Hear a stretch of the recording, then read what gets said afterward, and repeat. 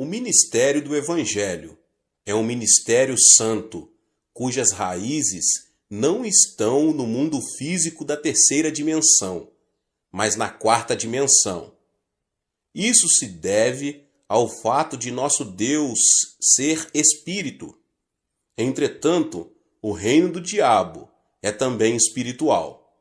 Em Efésios 6,12, a Bíblia nos diz: pois a nossa luta não é contra os seres humanos, mas contra os poderes e autoridades, contra os dominadores deste mundo de trevas, contra as forças espirituais do mal nas regiões celestiais. Os seres humanos também possuem alma, ainda que a alma de uma pessoa esteja morta, a de outra está viva. Os seres humanos não existem apenas na dimensão física, existem também na dimensão espiritual. Dada a existência de uma dimensão espiritual, as pessoas e os pastores que focam o seu ministério nas três dimensões do mundo físico estão fadados ao fracasso. Se um servo de Deus tenta seguir as instruções do mundo espiritual somente com a razão humana e o conhecimento obtido pelos sentidos do mundo da segunda e terceira dimensões, já começou com o pé esquerdo.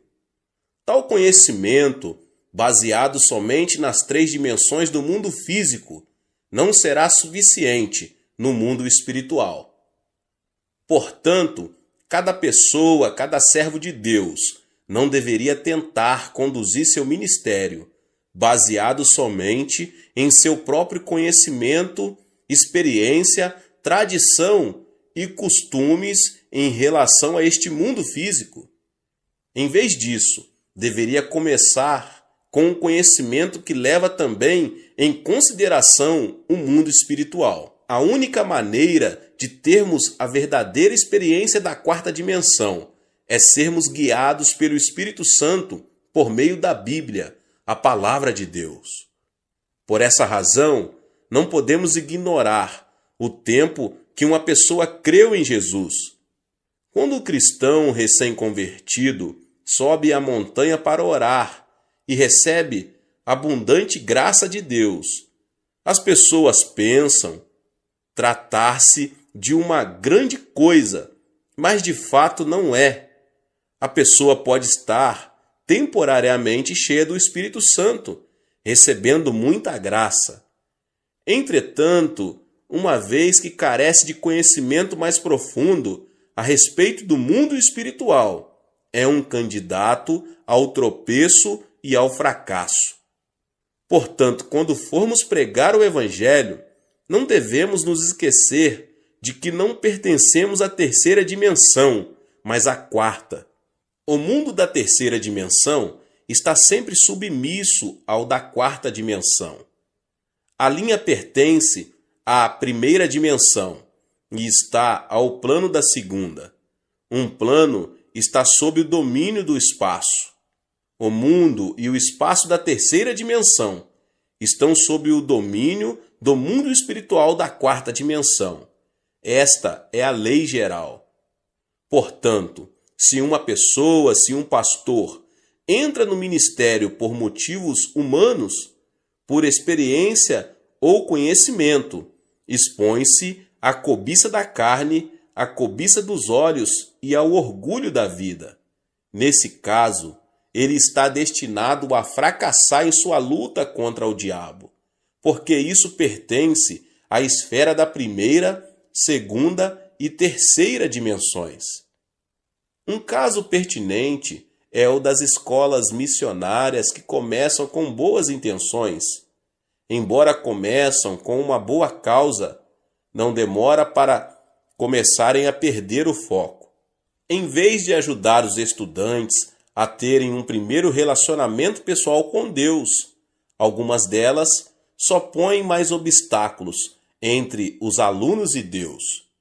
Muitos estudantes não têm um encontro com Cristo, pois veem muitos aspectos hipócritas daqueles com suposta fé, que somente produzem decepção em seu coração.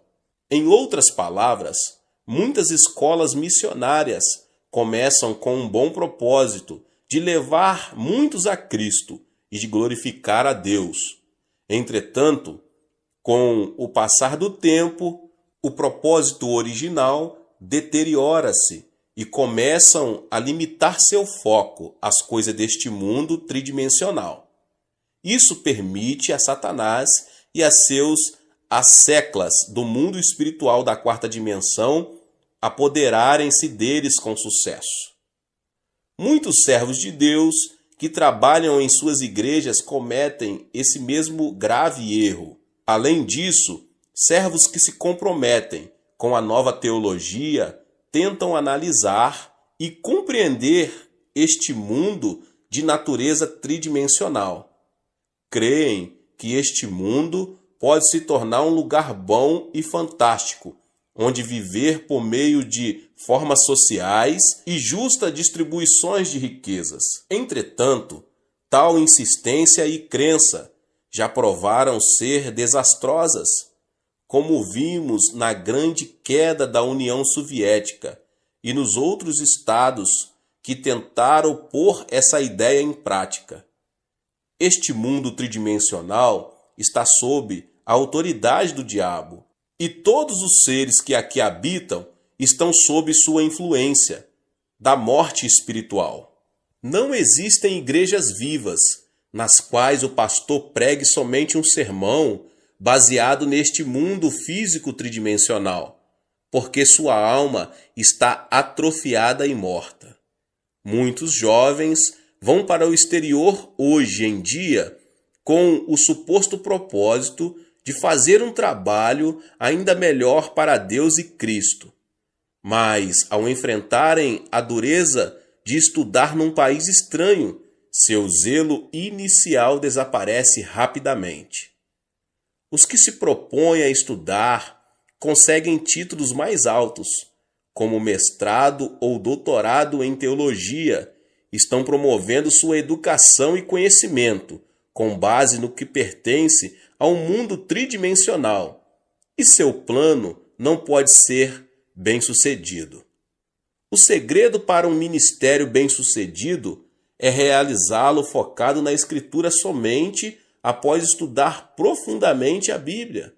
Pela Bíblia, a palavra de Deus, podemos obter o conhecimento que se aplica ao mundo espiritual da quarta dimensão. A palavra de Deus e a obra do Espírito Santo unem-se para destruir o poder do diabo e restaurar a vida à alma dos pecadores. Tenho havido muitos servos de Deus que abalaram este mundo com o Evangelho, mas não muitos deles tiveram muita instrução. Grandes homens como o pastor Moody dos Estados Unidos e o pastor Spurgeon da Inglaterra são bons exemplos. Embora sua situação financeira não lhes tivesse permitido conseguir educação superior, ambos estudaram por conta própria e tornaram-se conhecidos como homens de grande educação e conhecimento em sua época. Isso foi possível porque se libertaram dos limites do mundo físico tridimensional e obtiveram conhecimento com base na quarta dimensão. Se você faz visita aos lares ou posiciona-se em pé no púlpito para entregar uma mensagem, ou ter uma conversa com o seu rebanho, deve ter certeza de não se desviar-se e afastar-se da Bíblia. Quando suas palavras e conversas se afastam da Bíblia e começam a girar sobre assuntos deste mundo, abre-se uma janela de oportunidade para o ataque sorrateiro do diabo. A palavra de Deus é a completa sabedoria de Deus, e somente ela pode vencer um engano do diabo. Quando se enfrenta o diabo com sabedoria santa, pode-se ser vitorioso. Mas, se você estiver armado apenas com sabedoria mundana, será derrotado pelo diabo.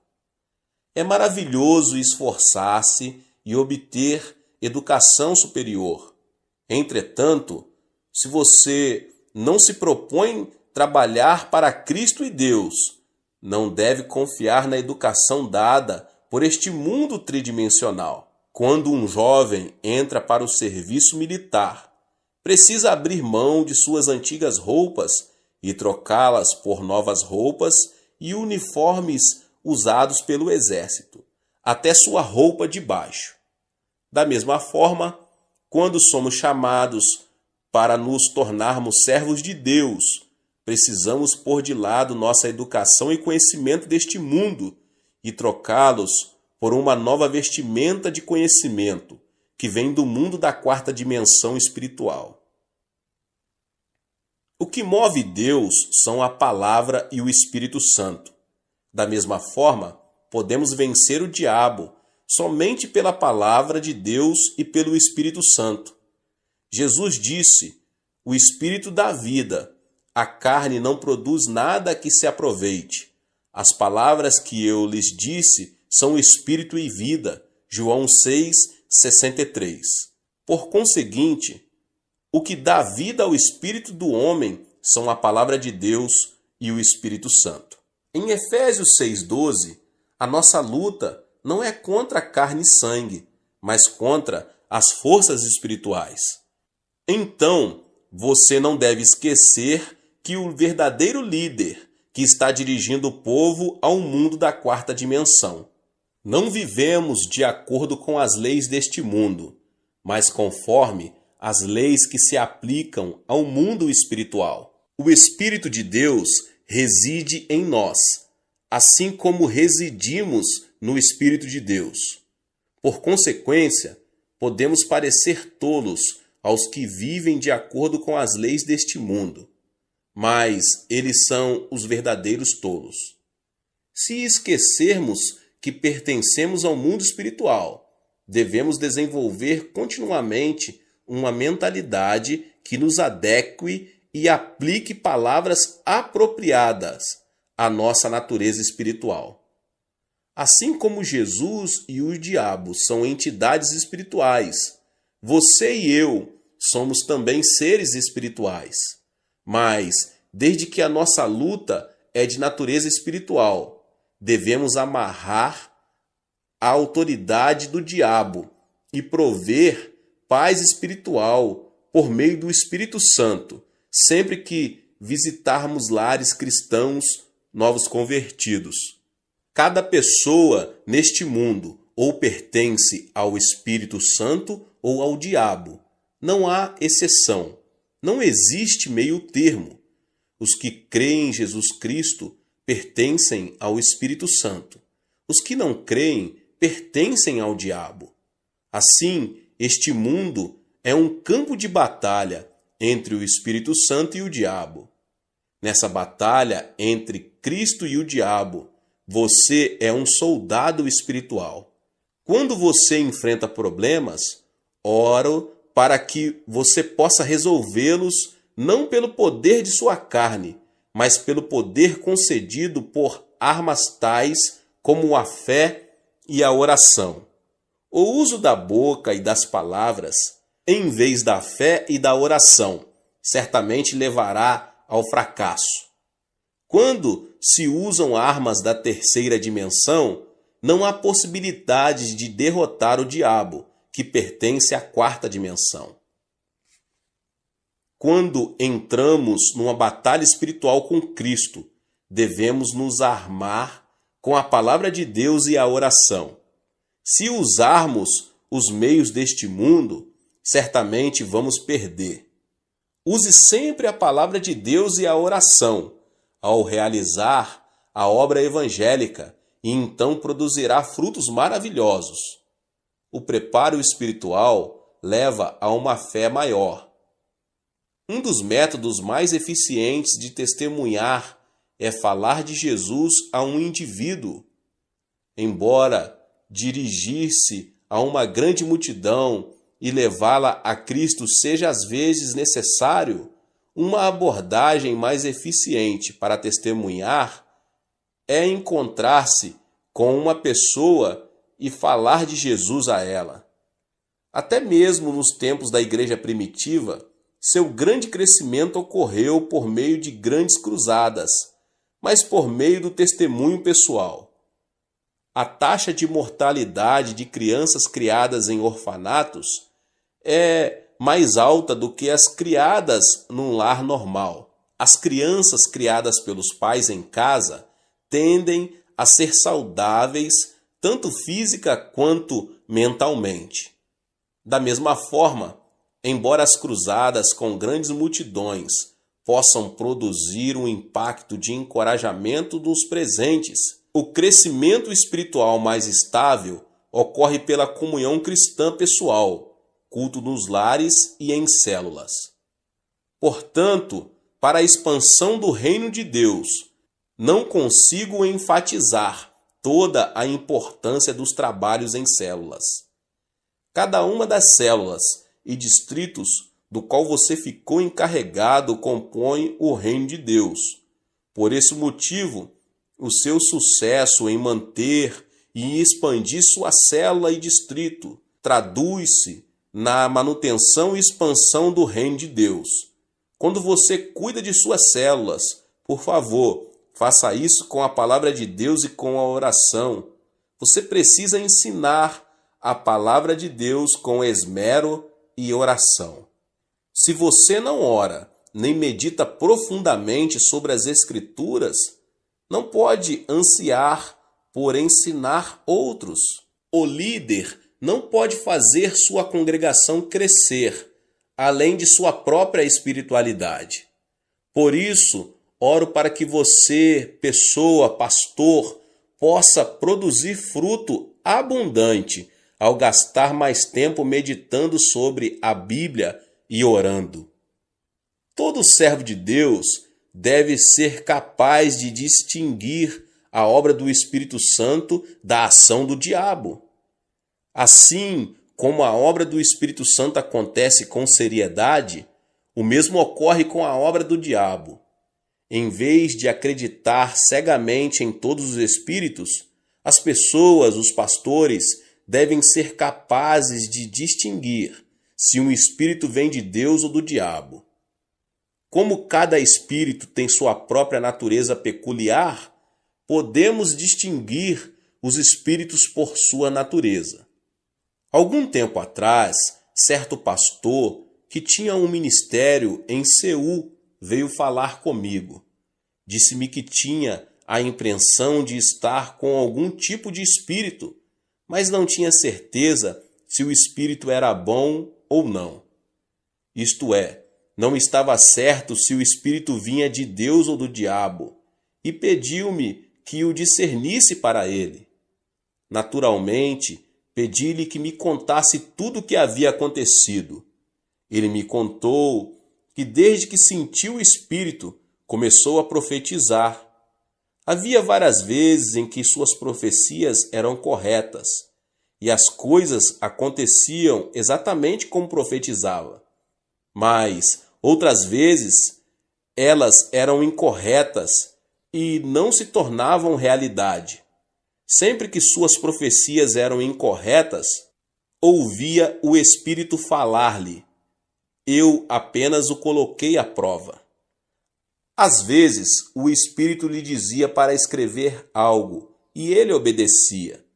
Mas depois de escrito, não conseguia entender o que escrevia.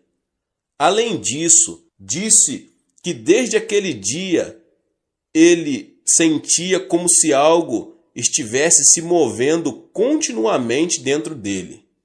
Isso é obra do diabo. Entretanto, por mais que o diabo tente esconder sua identidade, ele não consegue. Um lobo, ainda que vista a pele de cordeiro, terá sua identidade revelada mais cedo ou mais tarde. Portanto, quando discernimos os espíritos, devemos fazê-lo como Jesus nos ensinou.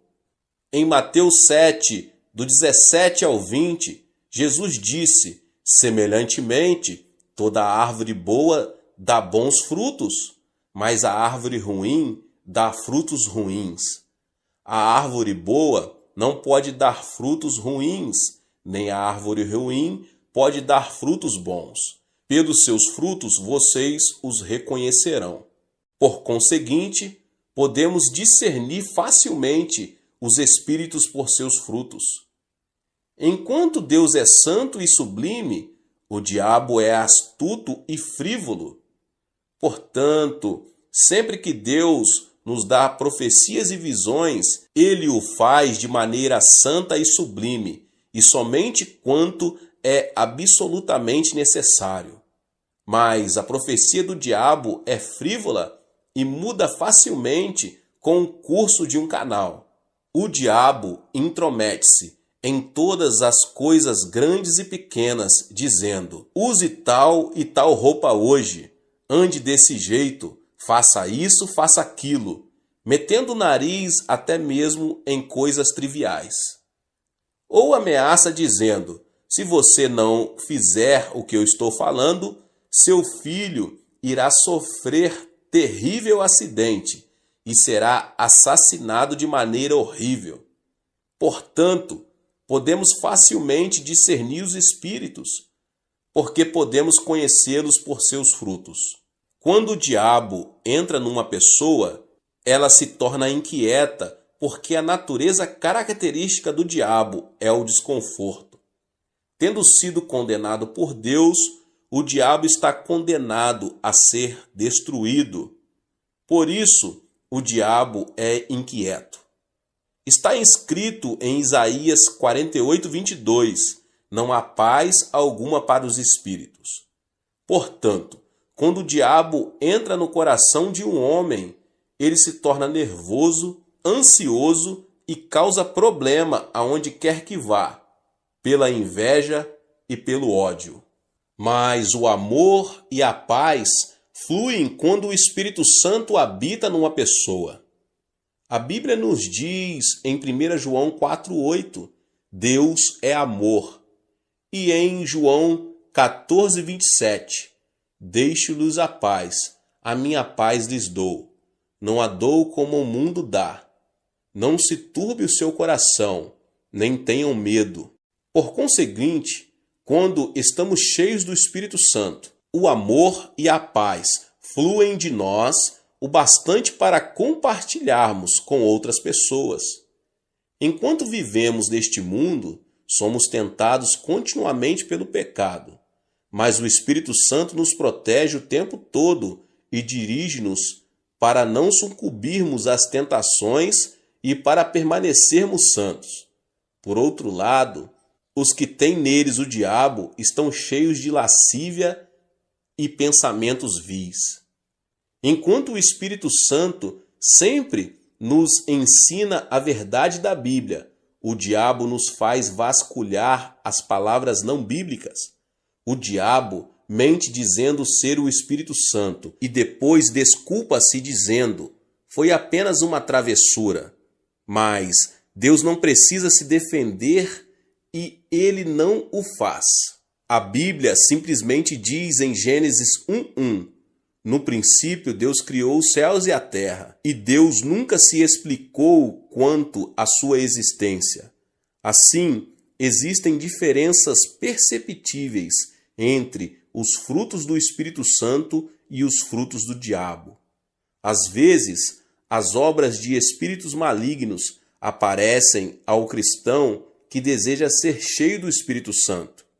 Quando um cristão se submete às obras de um espírito maligno enquanto tenta receber o Espírito Santo, diz-se que tal pessoa está possuída por um espírito maligno.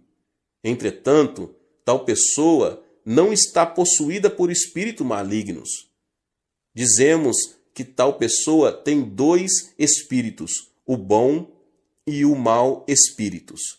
A pessoa que tem dois espíritos não recorre àquela na qual residem juntos tanto o Espírito Santo como espíritos malignos, mas recorre àquela em que habita o Espírito Santo. Porém, a pessoa está temporariamente oprimida e sob a interferência de espíritos malignos. Assim, não podemos dizer que um cristão em quem trabalham dois espíritos irá inevitavelmente para o inferno quando morrer, porque essa pessoa já aceitou Cristo como seu Salvador. Se já aceitou Cristo, sua salvação não está em questão.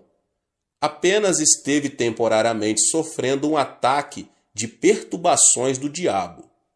Portanto, precisamos aprender a receber com prazer a obra do Espírito Santo e rejeitar a obra dos espíritos malignos. Até mesmo quando rejeitamos a obra dos espíritos malignos, eles podem não retirar imediatamente. Lutam para permanecer e continuar seu ataque. Somente o trabalho constante do Espírito Santo os forçará a se retirarem, e isso lentamente. Na igreja em que a obra do Espírito Santo manifesta-se com frequência e de maneira poderosa, os espíritos malignos nem sequer encontram uma brecha pelo qual possam entrar. Na igreja em que o Espírito Santo manifesta-se raramente ou de maneira débil, podemos ver muitas obras de espíritos malignos. No passado, quando fui a várias províncias dirigir reuniões de reavivamento, vi muitas pessoas sofrendo a opressão de espíritos malignos. Na época, o reconhecimento sobre o Espírito Santo era insuficiente e o movimento do Espírito Santo não havia começado seriamente. Por consequência, havia uma ou duas pessoas em que o diabo agia, enquanto muitos eram cheios do Espírito Santo. Por isso, as pessoas ficavam às vezes com medo de receber o Espírito Santo.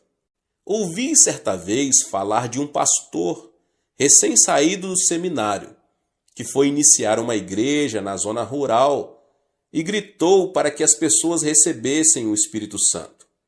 Entretanto, em vez do Espírito Santo, hordas de espíritos malignos chegaram e deram naquele pastor o maior susto de sua vida. Desde então, ele desistiu de todo o movimento do Espírito Santo. Todos os servos de Deus precisam se dar conta de terem cuidado com o assédio do diabo, que sempre acompanha e tenta atrapalhar a obra do Espírito Santo. Mas quando o diabo assedia dessa forma, se os pastores ensinarem a igreja a enfrentá-lo com a palavra de Deus, ele irá embora. Para liderarmos o movimento do Espírito Santo, nós, as pessoas, os pastores, não devemos apenas ter conhecimento do Espírito Santo, como também ter conhecimento de como o diabo tenta atrapalhar. Quando se lidera uma cruzada pelo Espírito Santo, para que a congregação possa encher-se com o Espírito Santo, deve-se primeiro conhecer a respeito da obra do diabo e neutralizá-lo, suprimindo assim seu trabalho. Em Mateus 16:19 está escrito: o que você ligar na terra terá sido ligado nos céus, e o que você desligar na terra terá sido desligado nos céus. Ao visitar seus membros ou entregar a mensagem de Deus no culto, você pode sentir o diabo trabalhando para impedir o seu ministério. Então você precisa primeiro neutralizar o diabo dizendo: em nome de Jesus eu o amarro. A menos que amarre o diabo, na verdade você está permitindo que ele vá livremente para onde quiser, e o seu trabalho sofrerá sua interferência. Além dos assuntos espirituais, o diabo às vezes traz confusão ao infiltrar-se nas ideias humanas. Quando o diabo entra no espírito de um homem, acontece as coisas que eu vos falei anteriormente. Mas quando o diabo se infiltra no pensamento humano, isso parecerá heresias e doutrinas heréticas. Para discernir tais heresias, deve-se primeiro examiná-las à luz da cristologia ortodoxa, porque na maioria das heresias e doutrinas heréticas, sua cristologia é pervertida. Jesus Cristo, o Filho de Deus, foi concebido no corpo da Virgem Maria e nasceu neste mundo por obra do Espírito Santo. Jesus Cristo morreu na cruz para redimir o homem do seu pecado, ressuscitou ao terceiro dia e subiu ao céu. Além disso, ele retornará à terra para julgar o mundo. Se alguém crer na fé saudável baseada numa cristologia bíblica, essa pessoa será salva. Mas se ela seguir o herege, aceitando suas doutrinas heréticas, se perderá. Entretanto, qualquer doutrina que distorcer essa verdade é herética e só resulta em condenação. Os hereges estão cometendo um grave erro com suas heresias. Você sabe o que dizem os seguidores do Reverendo Moon? Eles alegam que Cristo fracassou em sua obra de redimir o homem do seu pecado original, porque morreu na cruz, e afirmam que o líder da seita, Moon Sun Myung, é o verdadeiro líder previsto para voltar. Afirmam que seu líder veio para conseguir essa redenção, não conseguida por Jesus. Portanto, sua doutrina é uma heresia por estar completamente desviada da cristologia bíblica. As testemunhas de Jeová afirmam falsamente que Cristo foi um dos anjos e que não é Deus. Os seguidores do movimento Só Jesus apegam-se à falsa alegação de que o Pai, o Filho e o Espírito Santo são todos Jesus Cristo. Todas essas doutrinas distorcem a teologia bíblica. Os iludidos e levados por tais doutrinas, no final encontram destruição.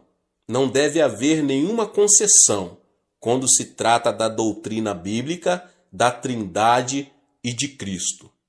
Além do mais, para reconhecer os hereges e suas doutrinas heréticas, deve-se investigar suas doutrinas a respeito de Deus. Não há dúvida na Bíblia de que Deus Pai, Jesus Cristo, o Filho e o Espírito Santo formam a Trindade Santa. Quando Jesus foi batizado no Rio Jordão, veio de cima a voz de Deus. O Espírito Santo desceu como uma pomba e Cristo foi cheio do Espírito Santo. Mateus 3, 16 e 17. Quando o apóstolo Paulo orou a bênção, ele também disse: a graça do Senhor Jesus, o amor de Deus e a comunhão do Espírito Santo seja com todos vocês, 2 Coríntios 13, 14, comunicando que Deus é o Deus da Trindade. Está escrito também no Antigo Testamento, em Gênesis 1, 26, com respeito à criação do ser humano. Façamos o homem à nossa imagem, conforme a nossa semelhança.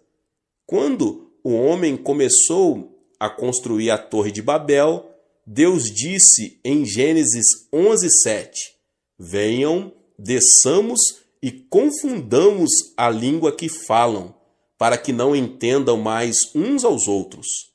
Tal doutrina da Trindade, que ensina ser o Deus triuno formado de Pai, Filho e Espírito Santo, não foi invenção de um teólogo, é uma teologia a nós revelada na Bíblia.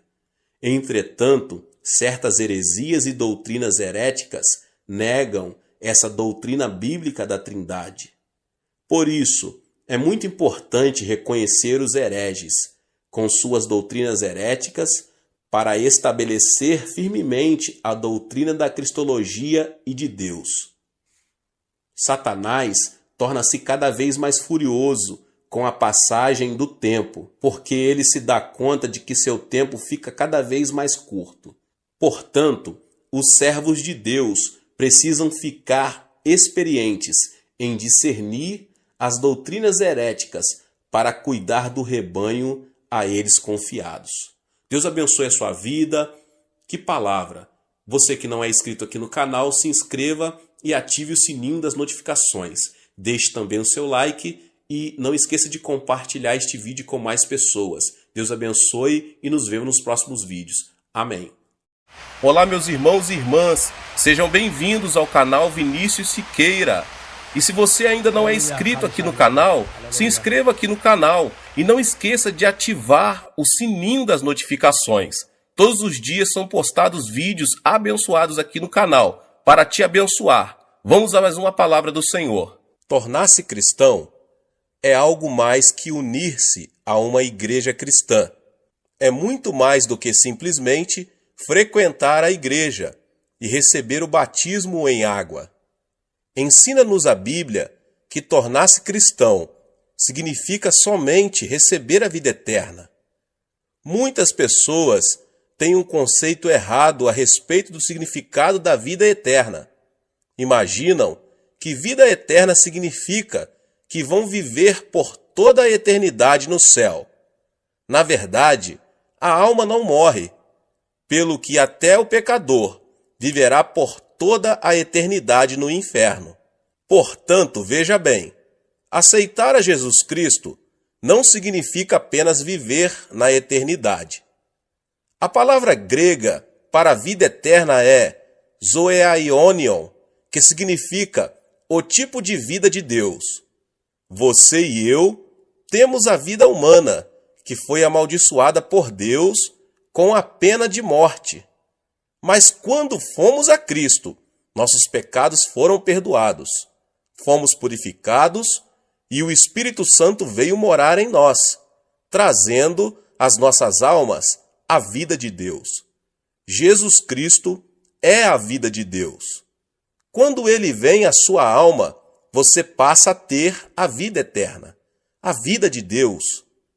Muitos pensam que os verdadeiros cristãos não são diferentes dos pecadores, mas há uma tremenda diferença. Os crentes são tão diferentes dos incrédulos, como o céu é diferente da terra, porque os verdadeiros cristãos têm a vida de Deus em seu coração. Se você tiver a vida de Deus em você, irá para o céu e viverá ao lado de Deus, pois a vida de Deus estará vivendo em você a partir de agora mesmo, a partir do momento em que você aceitar a seu Filho como seu Salvador. Disse Jesus Cristo que se alguém tem a vida de Deus em si, 5 sinais se seguirão em sua vida. Antes de subir aos céus, deixando a terra, o Senhor fez uma tremenda promessa aos seus seguidores. E estes sinais hão de seguir os que creem. Em meu nome expulsarão demônios, falarão novas línguas, pegarão em serpentes, e quando beberem alguma coisa mortífera, não lhes fará dano algum. Imporão as mãos sobre os enfermos, e os curarão. Depois de o Senhor lhes ter falado, foi recebido no céu, e assentou-se à destra de Deus. Então os discípulos partiram e pregaram por toda parte, cooperando com eles o Senhor e confirmando a sua palavra por meio de sinais que a acompanhavam. Disse também Jesus que os céus e a terra haviam de passar, mas suas palavras permaneceriam. A palavra de Cristo deve permanecer, e ele a confirma com sinais que a acompanham. Leio na Bíblia que Jesus Cristo é o mesmo ontem, hoje e eternamente. Seu ministério nunca mudou. Ele está conosco hoje e devemos ver estes 5 sinais acompanhando o nosso ministério. Somente a incredulidade dos cristãos os impedem de fazer esses sinais. Mas se cremos, todos esses sinais nos acompanharão. O primeiro sinal é que expulsaremos os demônios pelo nome de Jesus. Em nossos dias, as pessoas nos perguntam: onde estão os demônios? Diz-nos a Bíblia que no começo de nossa história o diabo se aproximou-se de Adão e Eva e os enganou. Enquanto Jesus esteve neste mundo, foi tentado por Satanás. Depois de jejuar durante 40 dias e 40 noites. Quando ele se dirigiu à sinagoga para pregar, e por onde quer que ele fosse, Satanás o desafiava. E por onde quer que Cristo fosse, ele expulsava demônios. Em certa ocasião, ele disse a Pedro: "Para trás de mim, Satanás." Mais tarde, o diabo haveria de entrar no coração de Judas Iscariotes e nele plantar a ideia de trair a Cristo. As pessoas de mentalidade mundana não entendem as coisas espirituais, mas quando somos iluminados pela vida de Jesus, ficamos sabendo que existe um inimigo chamado diabo. Nesses últimos dias, a obra do diabo está aumentando, mas Cristo nos concedeu esta promessa, segundo a qual podemos expulsar demônios em seu nome. Diz a Bíblia que Cristo é a verdade e que sua palavra é a verdade. Os ímpios dizem que o diabo não existe, mas Cristo nos diz que existe um diabo e seus demônios para serem expulsos. As pessoas ímpias dizem que existe apenas a natureza humana, mas Jesus nos diz que o diabo causa a concupiscência da carne, a concupiscência dos olhos e a soberba da vida. Nós, crentes, devemos desafiar os poderes de Satanás. Eu estava pregando em minha igreja certo dia e estava no auditório a esposa de um famoso médico. Ela estava paralisada de um lado e arrastava uma perna ao caminhar. Depois de ouvir o evangelho, ela passou a frequentar a igreja com regularidade. Em certa manhã, ouvi o som de uma gargalhada estranha que vinha da igreja. Senti um calafrio percorrer minha espinha. Quando me dirigi ao local, vi aquela mulher rindo e zombando. Tão logo me dirigi a ela e coloquei minha mão em sua cabeça. Ela se pôs a amaldiçoar-me. Fiquei chocado, porque essa senhora era de educação refinada, formada em farmacologia, educada numa universidade de Tóquio. Eu não podia crer que ela estava proferindo aquelas palavras tão vis. Quando comecei a orar por ela, uma voz estranha começou a sair de sua boca. A voz me dizia que eles não iam sair dela. Então eu perguntei: "Quem é você?" Os demônios começaram a falar: "Temos vivido nela há mais de 10 anos. Muitas pessoas têm tentado expulsar-nos, mas não sairemos. E você não vai conseguir expulsar-nos." Foi quando constatei que aquela mulher estava possuída de demônios, pelo que, no nome de Jesus, insisti em expulsar esses demônios. Mas eles continuaram a desafiar-me e lutamos por mais de 8 horas. Em nome de Jesus Cristo, ordenei aos demônios que saíssem, mas eles continuaram a protestar, dizendo que de modo algum sairiam. Eu não havia tomado o de jejum pela manhã, nem havia almoçado, de modo que às 17 horas eu estava tão cansado que quase não conseguia falar, mas prossegui clamando: "Diabo, vai embora em nome de Jesus Cristo." A mulher também estava cansada, mas o diabo continuava dizendo: "Não, eu não vou sair." De minha parte, eu só não estava cansado, mas com muito medo, porque o marido dela era um famoso médico que trabalhava no Hospital da Cruz Vermelha em Seul. Não era cristão, e se me visse naquela situação, ele me processaria judicialmente. Em meu desespero, pus-me a clamar pelo nome de Jesus Cristo com maior fervor. O poder do Espírito Santo desceu sobre mim, e logo eu me vi cheio do Espírito, e me senti tão leve, como se eu estivesse esticado, bem na ponta dos dedos do pé. E novamente, com uma tremenda unção, ordenei ao diabo que saísse. De súbito, a mulher teve como uma convulsão, e pôs-se a gritar. A seguir desmaiou e ficou como morta. As pessoas ao meu redor começaram a dizer que ela estava morta.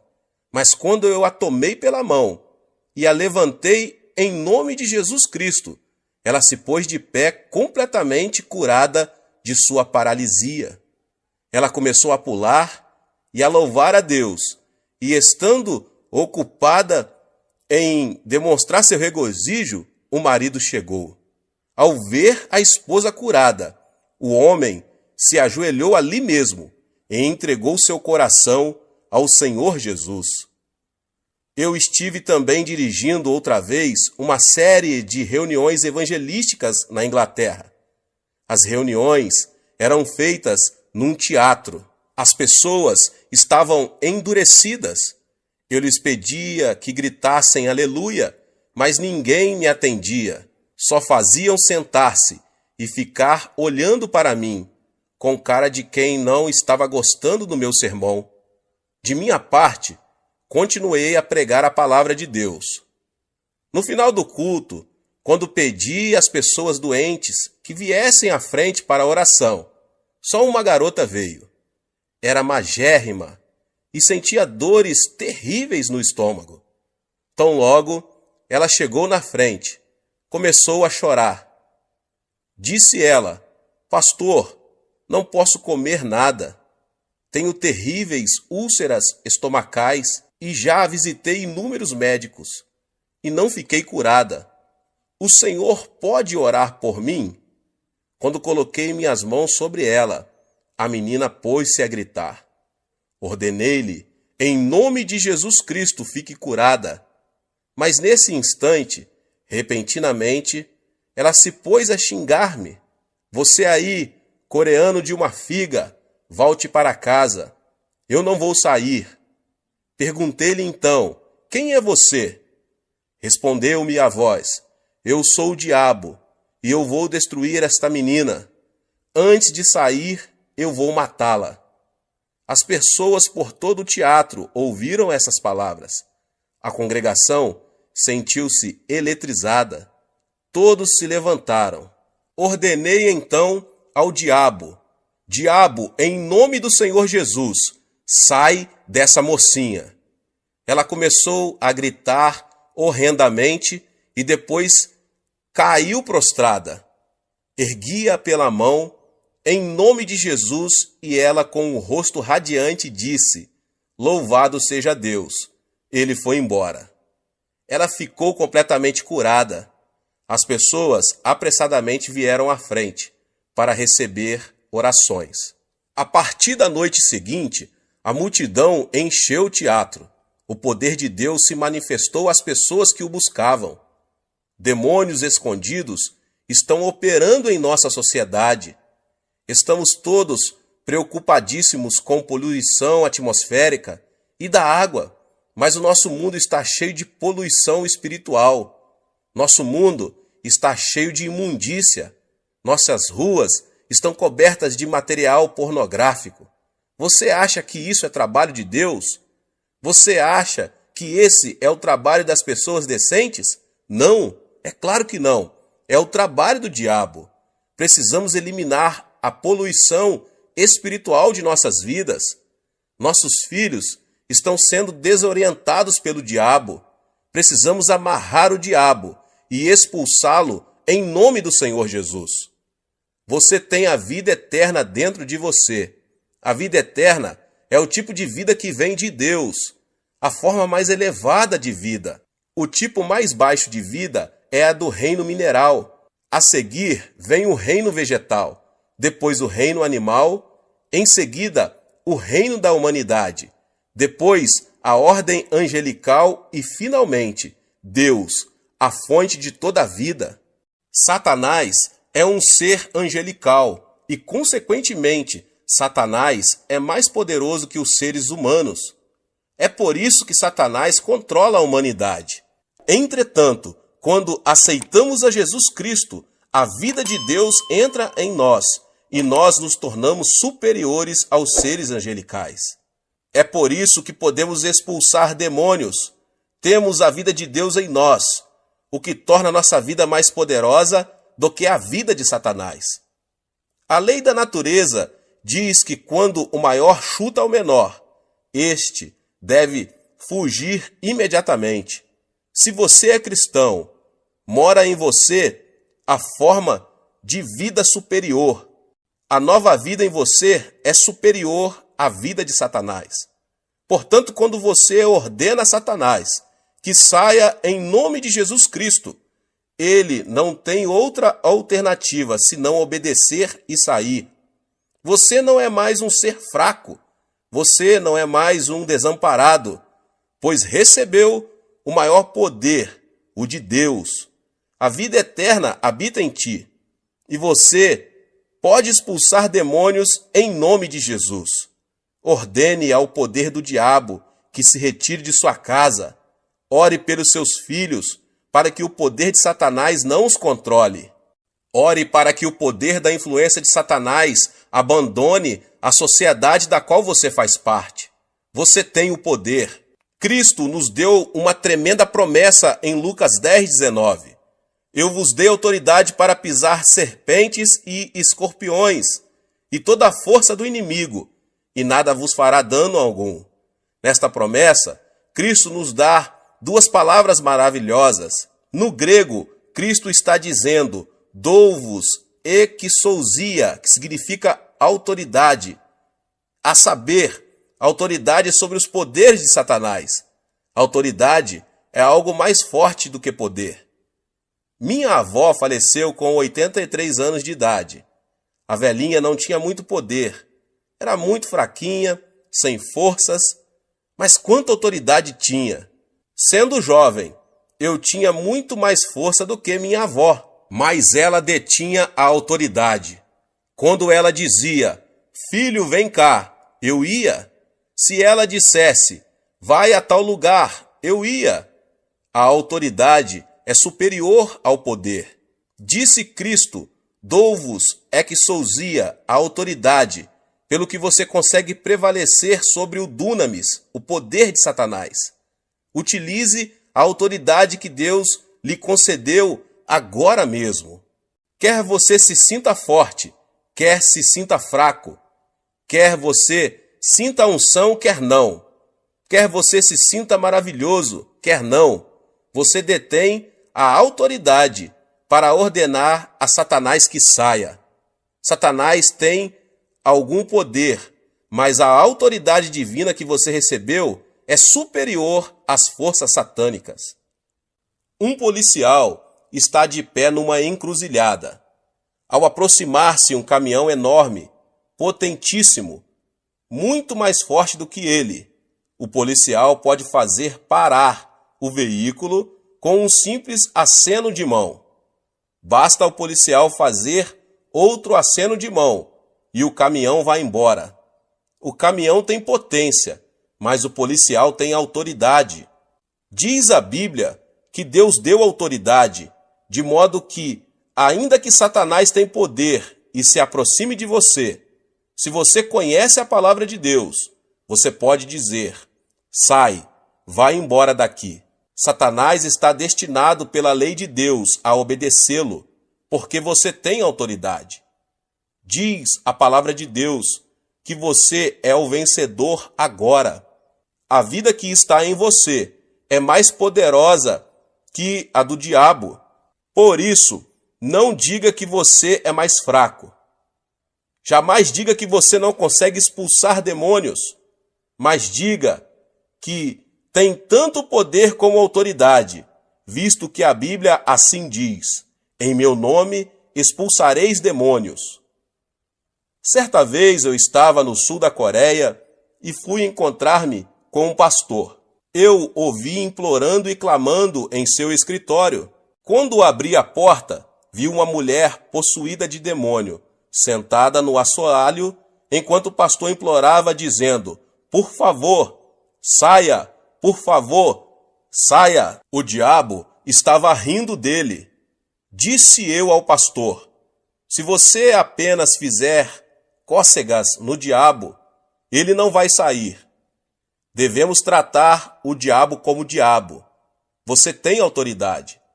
Por isso eu ordenei ao diabo: eu venho a você em nome de Jesus Cristo. Replicou-me o diabo: eu sei que você não tem poder nenhum. Ao que eu lhe retruquei: sim, eu sei que nenhum poder tenho, mas eu tenho autoridade. No nome de Jesus Cristo eu lhe ordeno: saia. Imediatamente o diabo saiu, e a mulher se sentiu aliviada. Você tem a vitória. Não tenha medo de Satanás. Nós podemos expulsar o diabo. Este é o primeiro sinal dos que se seguiriam como promessa feita a você. Em segundo lugar, disse Jesus que em seu nome os crentes falariam em novas línguas. Diz a Bíblia que quando os primitivos cristãos receberam o batismo no Espírito Santo, eles falaram em línguas. Quando o pecador se converte, o Espírito Santo vem habitar nele.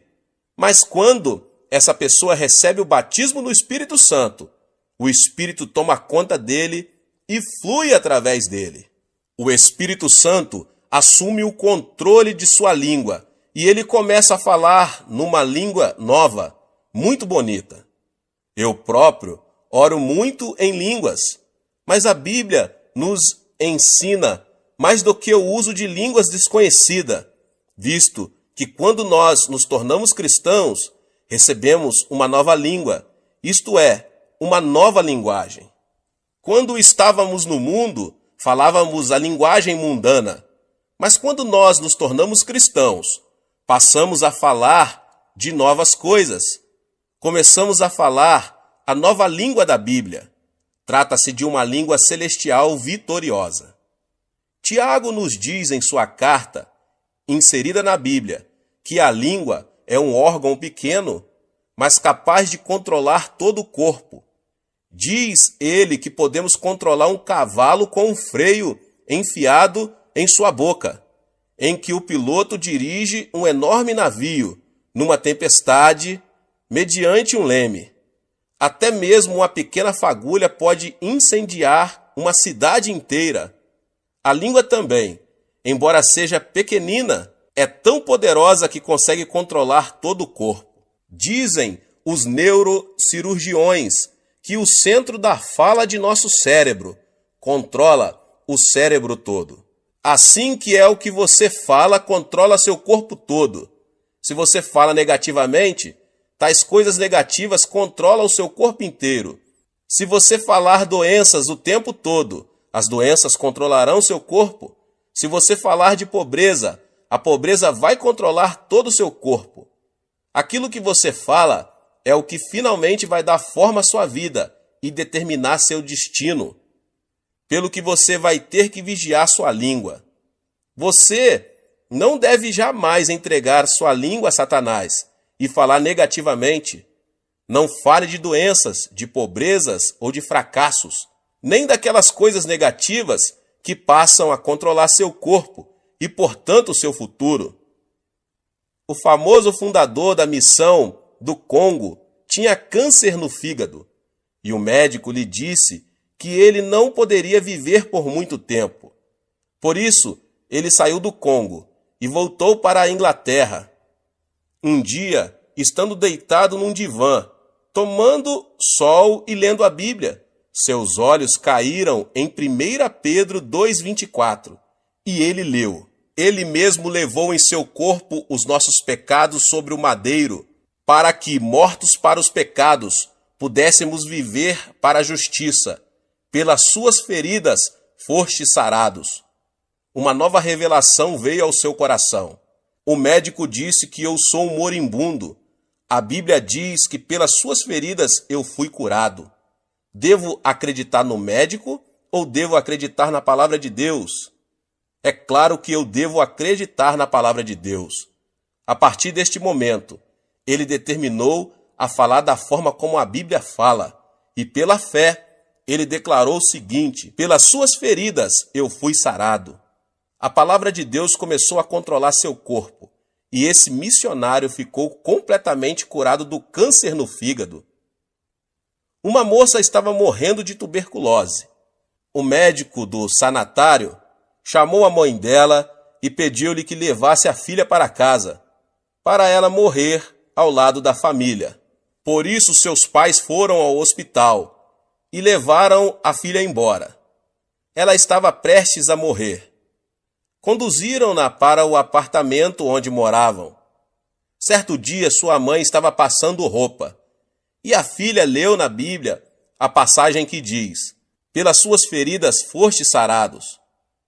Ela gritou: "Mãe, vem cá, olhe esta passagem.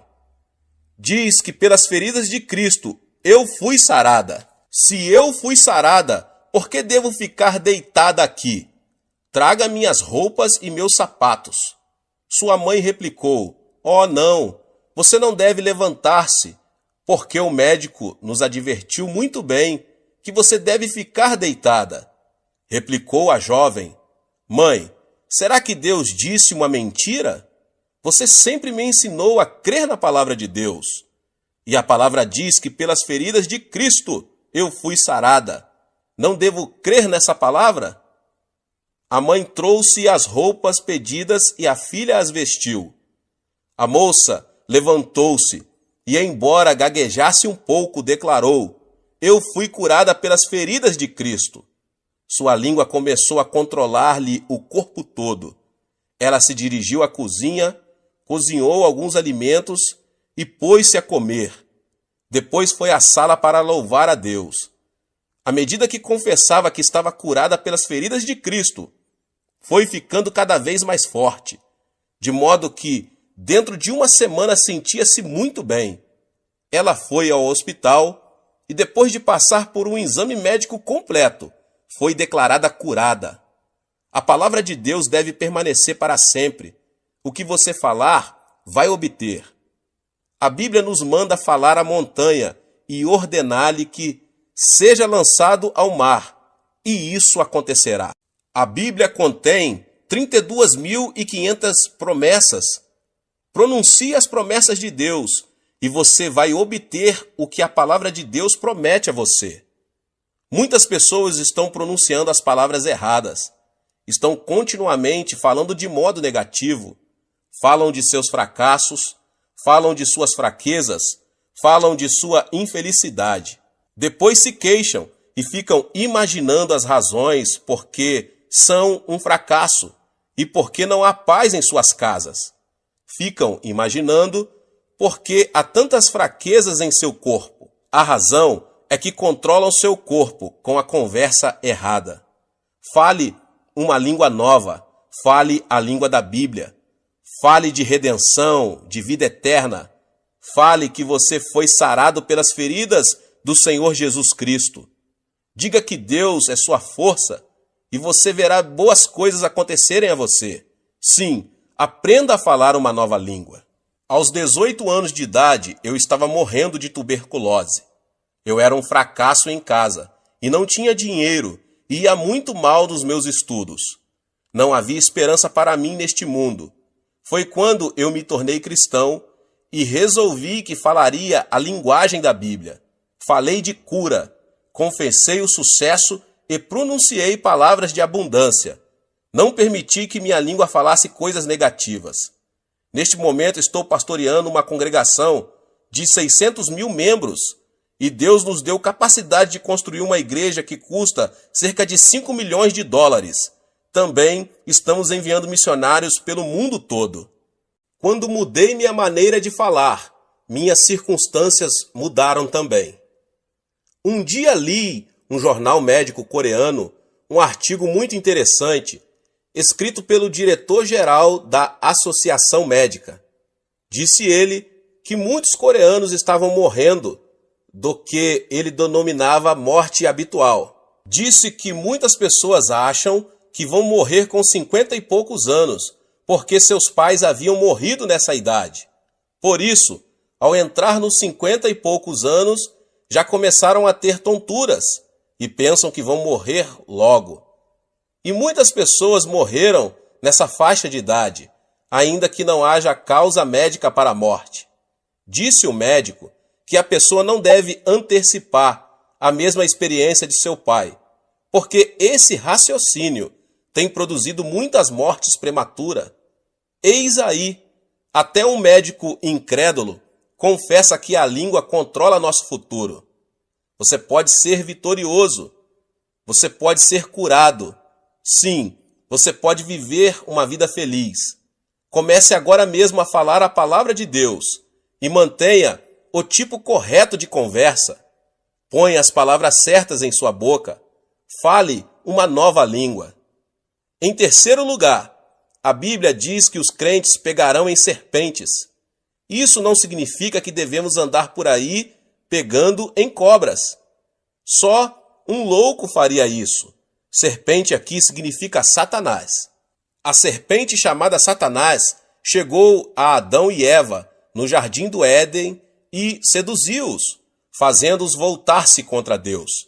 Nós, seres humanos, somos feitos de corpo, alma e espírito. Mediante nossos 5 sentidos, pertencentes ao nosso corpo físico, nós nos comunicamos com o mundo. Portanto, nosso corpo é mundano. Nossa alma é nosso verdadeiro eu, nossa verdadeira personalidade. Mediante o conhecimento e as emoções, nossa alma pode tomar decisões e exercer sua vontade. Portanto, nossa alma é apenas autoconsciente. Somente mediante nosso espírito podemos comunicar-se com Deus. Através do nosso espírito conhecemos Deus e o adoramos. Essa serpente, Satanás, vem a nós, nos tenta e nos induz a viver uma vida mundana, isto é, centralizada no mundo. Quando vivemos esse tipo de vida, Satanás exerce domínio sobre nós. Mas quando vivemos uma vida centralizada em Deus, temos domínio sobre Satanás. Temos o poder de apanhar e amarrar a serpente. Podemos expulsar demônios. Quando você decide viver uma vida centralizada em Cristo, você se torna uma pessoa dirigida pelo Espírito Santo. Afirma a Bíblia que os filhos de Deus vão pegar Satanás. É fácil detectar a obra maligna. Toda e qualquer palavra que sai do ego carnal vem de Satanás. Mas toda e qualquer palavra que induz você a viver uma vida centralizada em Cristo é proveniente do Espírito Santo. Agora você pode pegar em serpentes. Você consegue discernir a obra do maligno e expulsá-lo. Em quarto lugar, a Bíblia diz que se os crentes beberem alguma coisa venenosa, mortífera, não lhes fará mal algum. Certo dia, eu fui a uma cidadezinha para um culto. Veio a mim uma garotinha de 7 anos de idade. A boca da menina estava toda queimada. Era uma órfã que havia perdido seus pais quando fugiam da Coreia do Norte como refugiados. A menina estava trabalhando na casa de uma senhora muito rica e muito perversa. À noite, a menina não podia sequer ir à cozinha para beber um copo de água. Em certa noite, a menina sentiu uma sede muito grande. Ela rastejou até a cozinha e pôs-se a tatear no escuro à procura de água, sem perceber que aquela vasilha continha veneno contra ratos. Ela bebeu um gole. Embora a pobrezinha tenha começado a vomitar sangue, a patroa não a levou a um pronto-socorro médico, deixou-a de lado para que morresse. Mas essa menina era cristã e começou a clamar por Jesus Cristo, pois o Senhor a tocou. Depois de contar-me sua história, a menina abriu a boca. Viu que, embora seus lábios estivessem queimados, nenhum dano havia sido feito em sua garganta. Seu esôfago estava perfeito. A palavra de Cristo havia sido posto à prova. A menina havia bebido do veneno violento e não tinha sido prejudicada. Hoje bebemos veneno de todo tipo. O ar é poluído, a água é poluída. Pior do que isso, sofremos de poluição espiritual. Quando ouvimos rádio ou vemos TV, esse veneno penetra em nossa mente. Mais pessoas sentem-se deprimidas hoje do que em toda a história humana. Durante a Segunda Guerra Mundial, apenas 300 mil americanos morreram na frente de combate. mas muito mais de 1 milhão de pessoas morreram na nação americana por causa do veneno trazido pelos ataques do coração e preocupações. Mais pessoas morreram hoje no mundo inteiro por causa do medo e das preocupações do que por outras coisas. Diz a Bíblia que no nome de Jesus Cristo nós podemos livrar-nos deste poder venenoso. Quando você se ajoelha e ora em nome de Jesus Cristo, o espírito de medo o abandona. Você se livra desse veneno espiritual e passa a ter paz e alegria pelo nome de Jesus. Às vezes, quando chego em casa depois de um dia duro no escritório da igreja, sinto-me muito estranho. Minha esposa parece irritada, meus filhos parecem agitados demais e eu fico aborrecido. Parece-me que estou disposto a ter uma briga com minha mulher e que meu lar todo está envenenado. Quando eu era um cristão inexperiente, minha esposa e eu costumávamos ter discussões monumentais que duravam dias. Agora eu sei que existe um meio melhor. Eu entendo que o envenenamento provém da sociedade, pelo que eu ajoelho imediatamente e expulso o mau espírito que veio para destruir meu lar. Reivindico a vitória em nome de Jesus Cristo e logo sinto o seu imenso poder de cura fluindo por toda a casa. Então, quando olho para minha mulher, ela está sorrindo e eu começo a sorrir também. Apertamo-nos as mãos e nosso lar se torna cheio de paz.